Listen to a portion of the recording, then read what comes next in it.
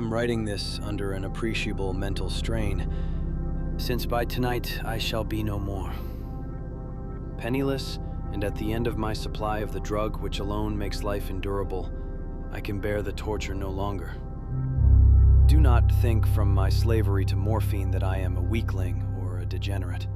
When you have read these hastily scrawled pages, you may guess, though never fully realize, why it is that I must have forgetfulness or death. I write these words in the final hours of my life, alone in this wretched hotel, with the rain tapping like the frantic claws of some buried thing against the window pane, impatient and insistent. My hands tremble, not from the drug, but from memory, or perhaps from the knowledge that memory itself is fraying. The wallpaper peels in long, curling strips, like flesh from something long dead. The ceiling above me drips steadily, an unseen leak, counting down the moments in a language only madness understands. I have begun to hear it speak. A single bulb flickers overhead, its sickly light stuttering like a failing pulse, casting shadows that shift and jitter even when I remain perfectly still. They mock me, these shadows. They whisper things I dare not repeat. It was during the war. I served on a merchant ship in the Pacific when we were captured by a German sea raider. I escaped in a small boat with few provisions, slipping into the ocean beneath a sky smeared red by distant flames. For uncounted days, I drifted aimlessly. The sun was a merciless, burning eye by day, and by night, the stars watched my slow decay with a cold, absolute indifference. Thirst and sun drove me to the edge of madness. I saw pale, bloated faces form and dissolve in the shifting waves. The faces of drowned men, with eyes of black water and mouths agape in silent screams. I heard whispers in the ceaseless hiss of the foam against the hull, a sibilant chorus that spoke in a language older than salt, promising forgotten secrets and madness. The water itself seemed to take on a malevolent intelligence. I could feel its cold heart beating in the slow, patient rhythm of the swell.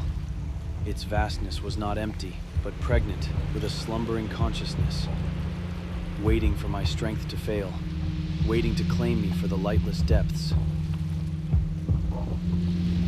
And at last, my strength did fail. The world dissolved into a blinding white heat.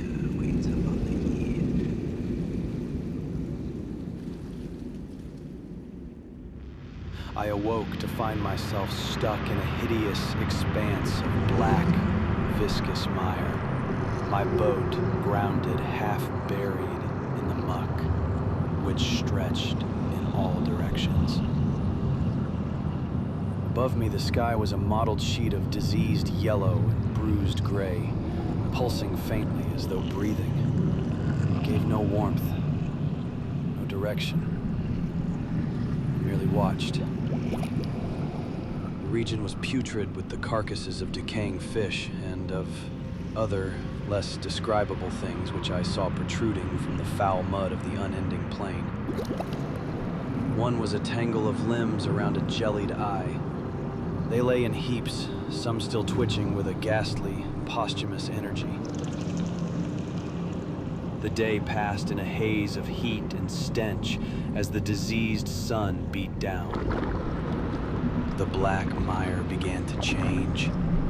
At first, a faint steam rose, a silent, foul breath from the cooling corpse of the world. Then, the surface tightened. A network of fine cracks appeared, spreading like a disease across the plain. I watched as they widened, the ground groaning and splitting with a sound like old bones breaking.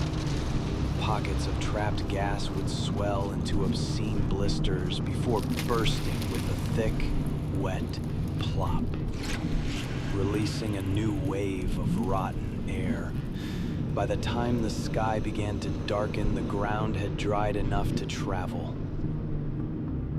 I made for myself a pack containing what little food and water remained, and set out upon an overland journey in search of the vanished sea and possible rescue. For 2 days I walked. The silence was absolute, a heavy, pressing thing that seemed to have a weight of its own.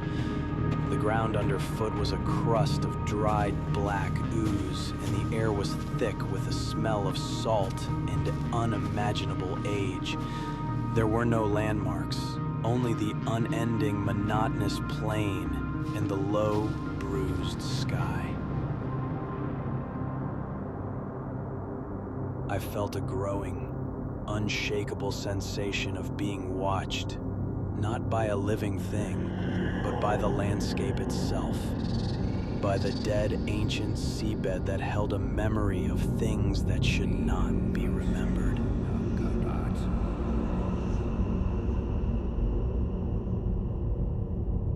On the 3rd day, I came upon a rise. From its crest, I saw a yawning chasm filled with still black waters that did not reflect the sky above. They seemed to absorb light completely, swallowing it whole like a bottomless void.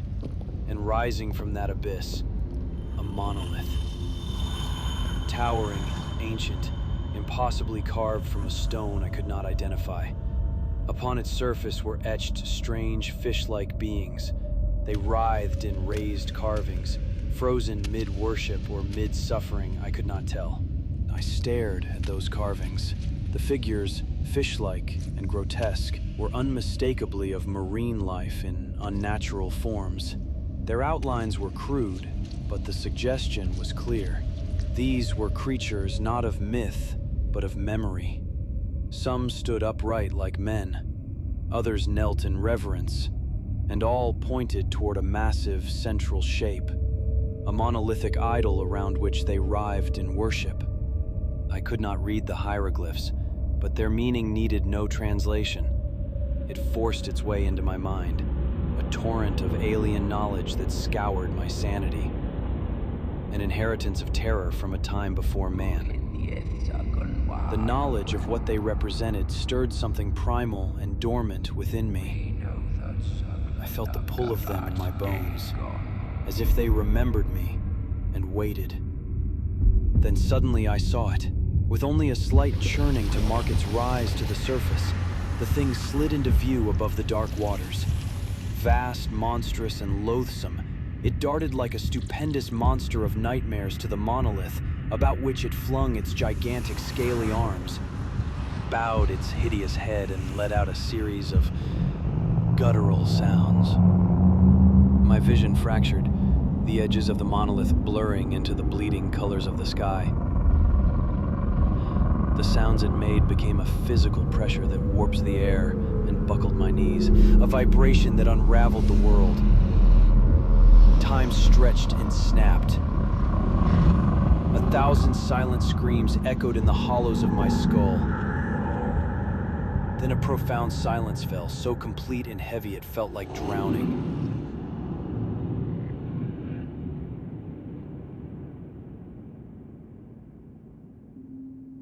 The next thing I recall is waking in a San Francisco hospital. A merchant vessel had found me adrift in the Pacific, babbling and sunburnt. They said I was delirious, a simple case of exposure. For a time, in the clean, white sterility of the hospital, I almost believed them. I tried to dismiss the black plane and the monolith as a fever dream, but the memory was too vivid, too real. A week after my release, I sought out a celebrated ethnologist, amusing him with peculiar questions regarding the ancient Philistine legend of Dagon, the fish god. I saw the condescending pity in his eyes as he explained the old myths. Perceiving that he was hopelessly conventional, I did not press my inquiries, but his words offered no comfort. They only gave a name to the terror that had taken root in my soul. The dreams began soon after. Each night, sleep offers no escape, only a return to that silent, filth-choked plain.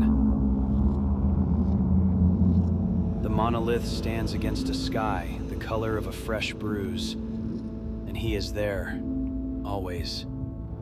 As he rises from the oily black water, the air itself grows thick, congealing into something heavy and suffocating. A nauseating pulse seems to beat up from the ground, a rhythm I feel in my bones, not my ears. It is a feeling of immense, ancient sorrow, a crushing weight that paralyzes me. My thoughts slow to a crawl, stained with a sickly green dread. I can only watch as the black water sluices from his colossal form. The silence of the scene so profound it feels like a physical pressure against my eardrums. And then I wake, screaming. My sheets soaked with a briny dampness that leaves salt on my skin. My nostrils burn with the scent of sea rot, and a phantom taste of salt and ancient decay coats my tongue. I cannot think of the deep sea without shuddering at the nameless things that may at this very moment be crawling and floundering on its slimy bed. I dream of a day when they may rise above the billows to drag down in their reeking talons the remnants of puny, war-exhausted mankind. I hear a noise at the door, as of some immense slippery body lumbering against it. The wood splinters. God, that glistening hand slipping through the crack. It shall not find me. My only escape. The window! The window!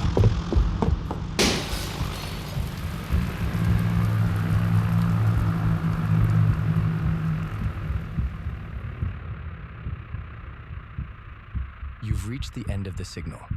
If the story held you, stay with us. Like and subscribe, it really does help.